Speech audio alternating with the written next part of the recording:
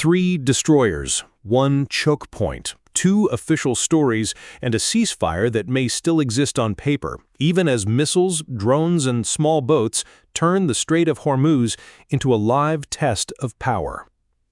Good evening. This is The Synthetic Lens. I'm David Carver. Tonight, Hormuz, under fire. U.S. Central Command says 3 American-guided missile destroyers, the USS Truxtun, the USS Rafael Peralta, and the USS Mason, came under attack on May 7th while transiting the Strait of Hormuz toward the Gulf of Oman. CENTCOM says Iranian forces launched multiple missiles, drones, and small boats. Iran disputes the trigger. Reuters and Al Jazeera report Iranian claims that the United States violated the ceasefire first by targeting an Iranian oil tanker and another vessel entering Hormuz, and by striking civilian areas. Those Iranian claims have not been independently verified. CENTCOM's account has not been independently verified in every battlefield detail either. That is the first thing to keep clear tonight. We are dealing with competing official narratives in a contested military environment. But the broader fact pattern is hard to dismiss. The ceasefire is under severe pressure. The world's most important energy choke point is now the scene of renewed direct U.S.-Iran fighting. And the core question is no longer simply whether ships can pass.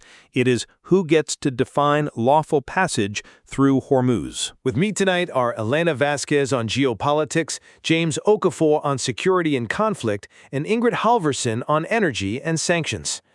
Elena, start with the frame. This is not just another exchange of fire in a narrow waterway, is it? No, the Strait of Hormuz is geography, but it is also authority. Iran has been signaling that transit depends on Iranian permission, corridors, and rules. The United States has been signaling that freedom of navigation cannot be subject to an Iranian veto. So when U.S. destroyers move through Hormuz and CENTCOM says Iranian forces attack them, the fight is not only tactical. It is a sovereignty dispute at sea. This is less a clean ceasefire violation than a sovereignty crisis unfolding in real time. That's right. The ceasefire was already fragile because the hardest issue was never fully resolved. Washington wanted the strait reopened in a way that restored commercial movement. Tehran wanted leverage over the waterway and recognition that Iran could regulate access near its coast and ports. You can pause missile fire for a time, but if both sides still claim the right to control the same operating space, the conflict is waiting for a trigger. And now each side says the other side pulled it. Yes. CENTCOM says Iranian missiles, drones, and small boats targeted U.S. destroyers during transit. Iran says the United States violated the ceasefire first by targeting Iranian-linked vessels and civilian areas. Reuters is careful here. Renewed hostilities have thrown the ceasefire into doubt and put it under pressure. Which is not the same as saying the ceasefire is formally over. Exactly. We should not say that unless there is an official statement or clear diplomatic break. But a ceasefire can survive in language while failing in practice. The diplomacy was still active while this happened. And that may be the most dangerous part. Reuters reports Iran was reviewing a U.S. proposal or framework aimed at ending the war, resolving the Hormuz crisis, and opening a 30-day negotiation window. But that proposal reportedly leaves some of the hardest issues for later. Enrichment, sanctions, ballistic missiles, guarantees about the war, and regional fronts. So the military exchange is happening while negotiators are trying to decide whether there is enough of a framework to keep talking. James, let's turn to the military picture. CENTCOM named 3 destroyers, Truxtun, Rafael Peralta, and Mason. What should listeners understand about the kind of attack CENTCOM is describing? These are Arleigh Burke-class guided missile destroyers. In this context, their job is air defense, missile defense, surface warfare, command integration, and escort presence. If CENTCOM's account is accurate, the threat package was mixed: missiles, drones, and small boats. That is important because mixed attacks are designed to complicate defensive timelines. Explain that without the Pentagon vocabulary. A missile moves fast and forces immediate air defense decisions. A drone may be slower but can distract sensors, probe defenses, or provide targeting information. Small boats add the surface threat, close, maneuverable, and politically dangerous because engaging them can escalate quickly. None of those categories is new in the Gulf. What matters is the combination and the location. CENTCOM says no U.S. assets were struck. That is the U.S. claim, and it matters. We should not convert that into broader certainty. We are not confirming every damage claim or every strike effect. We can say CENTCOM reports no U.S. assets were struck, while Iranian claims of damage to American ships have not been independently verified. CENTCOM also says the United States struck Iranian launch sites, command and control locations, and ISR nodes. What does that tell you? It tells me the U.S. response was not limited to shooting down inbound threats. If the CENTCOM statement is accurate, U.S. forces went after the network that enables attacks: launchers, command links, and surveillance or targeting infrastructure. So, not just intercepting arrows, but going after the archer. Exactly. That is standard military logic. But it is also escalatory because the exchange moves from defense at sea to strikes on Iranian military infrastructure. And Iran's counterclaim is that U.S. action came first. Correct. Iran says the U.S. targeted an Iranian oil tanker and another vessel entering Hormuz and says civilian areas were struck. Reuters and Al Jazeera report those claims. They are not independently verified based on the material we have, but they are politically significant because Iran is asserting legal and moral justification for its own response. The operational question becomes, can either side keep escalation bounded? That's the central question. Hormuz is a terrible place for ambiguous escalation. It is narrow, crowded, economically vital, and militarized. Small boats, drones, tankers, destroyers, aircraft, mines, shore-based missiles, and electronic warfare can all interact in one compressed space. A misread track or an unconfirmed strike claim can become policy before diplomats have time to correct it. Elena, this connects to the timeline. April 8th, the ceasefire and peace process. Mid-April, CENTCOM mine clearance and a blockade related to Iranian ports and coastal areas. May 3rd and 4th, Project Freedom to restore commercial shipping through Hormuz. Then, May 5th, MERA reports Iran launching a permit or corridor system, and the IRGC warning ships to use designated routes. May 6th, CENTCOM says U.S. forces disabled the rudder of the Iranian-flagged unladen tanker MT Hasna after it ignored warnings and attempted to sail toward an Iranian port. Then, May 7th, this exchange. So the clash was not isolated. No, each step narrowed the space for compromise. The U.S. position hardened around reopening transit and enforcing the blockade. Iran's position hardened around permission, corridors, and claimed authority in the strait.